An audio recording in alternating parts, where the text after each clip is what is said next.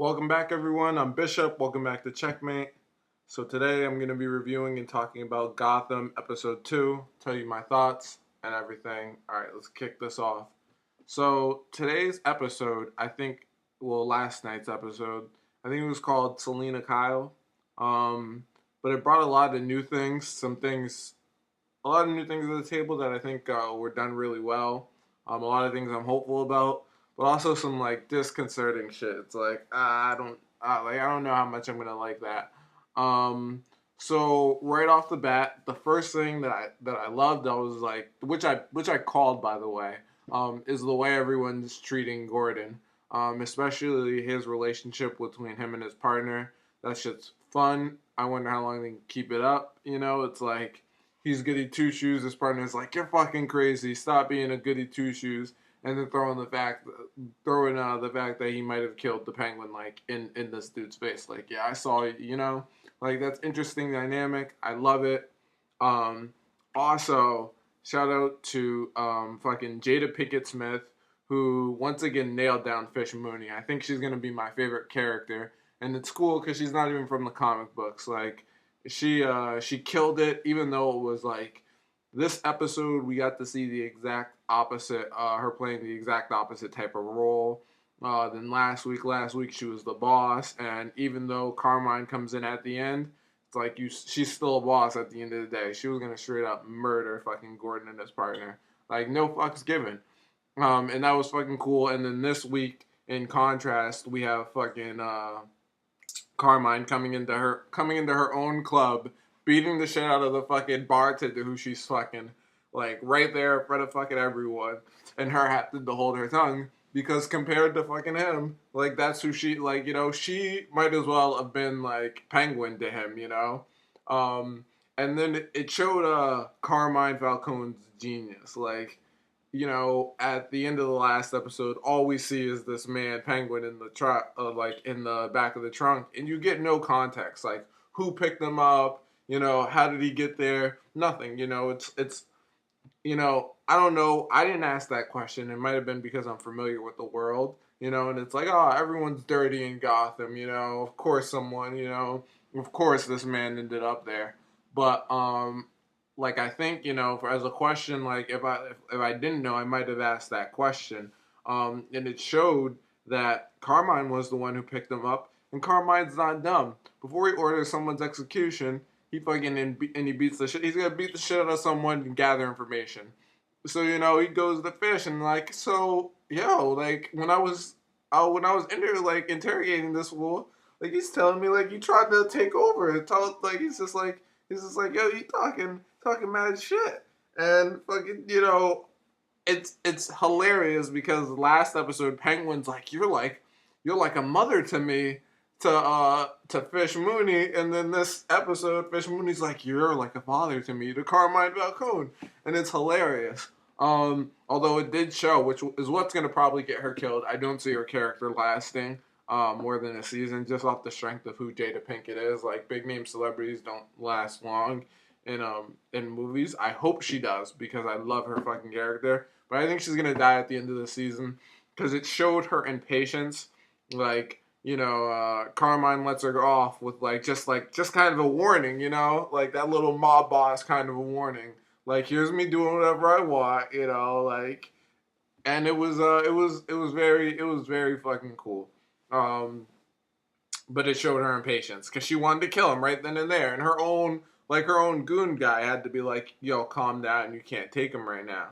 And it's like, that's disheartening. It shows, but it also builds character to her. She's smart, but she's also has this reckless side, and it's cool. Um, so so we got to see that. That was like that was a standout scene. That whole club scene with Fish Mooney and Carmine. I love that. So then we get the whole episode though revolves around these kids that are being kidnapped um, by these two people. And they do a little name drop that it's for that the doll maker is going after them. I find that interesting. Is I don't know what DC's doing with their cinematic with their universes. Whether they're gonna have Well, they can't. I don't. They can't off the strength of time frame, but maybe. Um, like the doll maker is also in the show Arrow, which is if you're not watching, you're fucking missing out because it's great. Second season just ended, did it well. I don't know, great. I don't know. You gotta see. Third season's gonna be the real test for Arrow, but we'll see. But so far, I do love that show. I don't want anyone to get it twisted. I do love that show. But they mentioned the doll maker. The doll maker in Arrow. By the time he shows up, he is already a figure, a prominent like a figure. He's already been captured before. He was already a serial killer. In fact, his it's he's already a person there. So the fact that they mentioned the doll maker means he already has a name for himself in Gotham as well. Could they be primed to like add these two shows together? If DC doesn't, I'd call them fucking stupid because Marvel's whipping their ass in the movie spectrum and they can't win. So they might as well take over TV while they still can because yeah, they better fucking do that. Marvel Agents of Shield, even though I think that shit's whatever, but I haven't really watched much of it, so I'll hold that off. But Marvel's fucking now plucking shots over through TV. Fucking DC better connect their world before Marvel does this world movie fucking TV show connection, which they're already doing with Shield, but they do it better, bigger and better. Fucking Marvel's already it's got these deals with Netflix bringing fucking Luke Cage, Miss Marvel, and I think it's Miss Marvel and Daredevil to the fucking screen. Elektra maybe in Daredevil. Someone else, a woman in Daredevil. Bottom line is DC better get on their shit and connect these. I would definitely connect. They could definitely connect Arrow's world with Arrow's world with Gotham's world with the way they do Dollmaker, because the two people stealing kids are not the Dollmaker. They're getting kids for the Dollmaker, which who knows? That could be. I think that'd be cool, and it would also go into account the thing I mentioned before that the show may be in for a time jump. We may. Who knows what Gotham could turn into? Depending on the success of it, will we see a Batman? I mentioned in another video, I don't think we will, but we might. I think this opens it up to it, depending on how it goes. That would mean Batman. That would mean you have Batman, the Flash, and the Arrow in one universe because the Flash and the Arrow are already together. And if they can do this fucking Supergirl show right, but I don't think they will, and who knows. Alright, back to Gotham. Sorry about that fucking tidbit, but it's interesting. It could happen. So this episode revolves around the kids being taken. I like Selina Kyle, but this episode is like, it's iffy, dude. She's already called Cat. Like, they allude to the fact that there's something special about her. If she has her Catwoman powers at this age already, she was a homeless kid. That makes no fucking sense. Like, that would throw me off, dude. Like, she better not be like the making. She cut someone's eyes out with her fucking nails this episode, and I had to do a come on, really type shit. And she hid in a bus like with someone like searching, like. If you've ridden the bus before, like a school bus, a fucking the cheese bus, you've ridden that before. You're not, if someone's looking for you in that shit and they can't find you and and you can't even sneak out the back, they're retarded. Like, I'm just throwing that shit out there. There's no way in hell, like, it, that irked me. That really took me out of it. It's like, that happens and then all of a sudden fucking Selena can scratch this nigga's eyes out. Like, this man was literally blind, and not breathing in agony. I mean, for a little bit. He's like, he gets over that shit a little bit too quick for getting his eyes scratched out. Literally gets a gun pointed to his head and can't see. So, like, she literally scratched this nigga's eyes out. It's crazy. She didn't want to tell anyone her name, and, like, I don't know if the Gotham thought they were being clever with this shit, but, like, it would have only been clever, kind of, if at the end of the episode, like, if you never got told her name at all. But the police clearly, like, get her. I mean, and that was something they had to do, I guess, which is why they shouldn't have fucking done this whole, what's your name, kid? And her not telling anyone because the police had a clipboard and they're like, Selina. She's like, don't call me that. Call me Cat. It's like, shut the fuck up. That was not clever. Like, not clever at all. So yeah. At the end, at the end, bottom line is Gordon ends up saving these kids. Uh, Gordon ends up saving these kids, and at the end of the episode, Selina mentions that the way she stops herself from being sent to jail is she tells Gordon that she saw who killed the parent. She saw who killed the parents, and it was like, all right, that's cool. So it shows Selina's whole resourcefulness throughout the episode. Um, yeah, it was cool in the beginning, She was smart enough to stay away from the creepy people going around the homeless kids. And every time something fucked up happened, she was kind of on the edge, like, yo, something fucked up shit's going on type shit. And it was cool. It was cool, kind of. I don't know. I wanted to be, especially after the first episode. I'm not sold on Selina Kyle. I don't know what they're gonna do with her. It's like her and Gordon having some type of like father-daughter relationship. I would hate that. And just who knows? Oh, she's looking for her mom, which is gonna be her. Hopefully, that's only her shtick for a season. But I have a feeling her and Bruce are gonna get into some shit looking for her parents. I'm calling that shit now. Because she mentions Bruce. She calls him the boy. They're gonna have them flirting. Like, I don't know how I feel about that shit. I just don't know.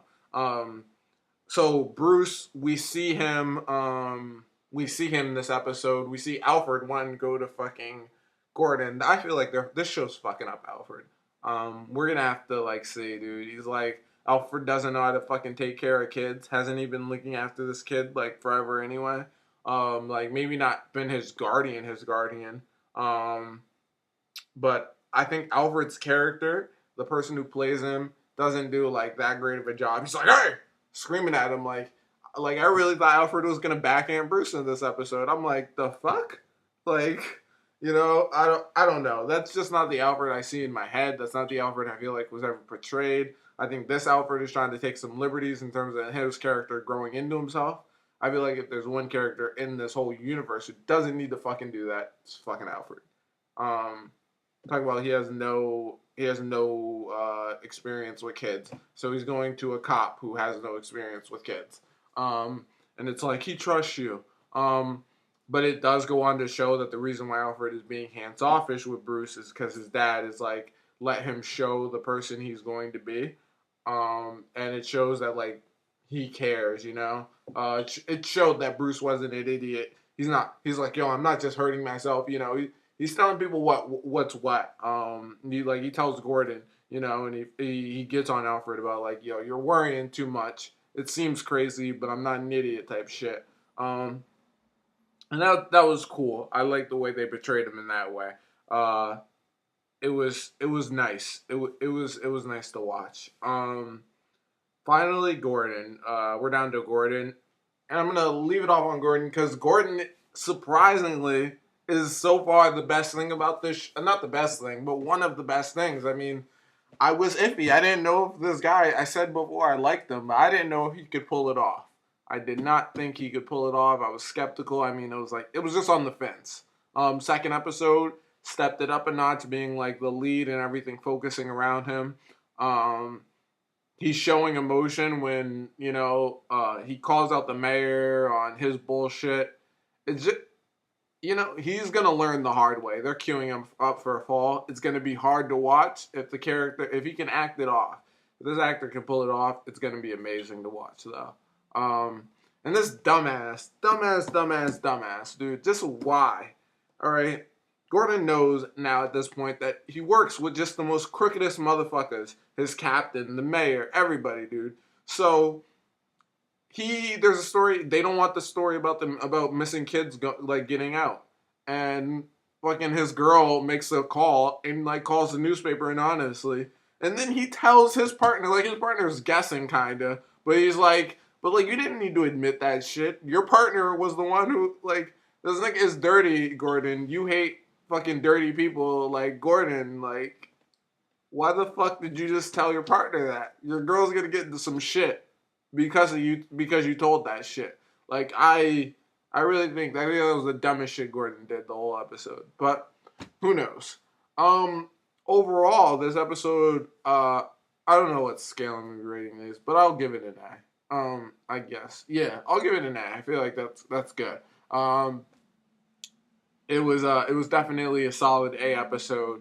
Except for a couple of nitpicks and maybe my own nitpicks, which is why they're not getting an A plus. But perfect is perfect, and when something's perfect, I will praise the shit out of it.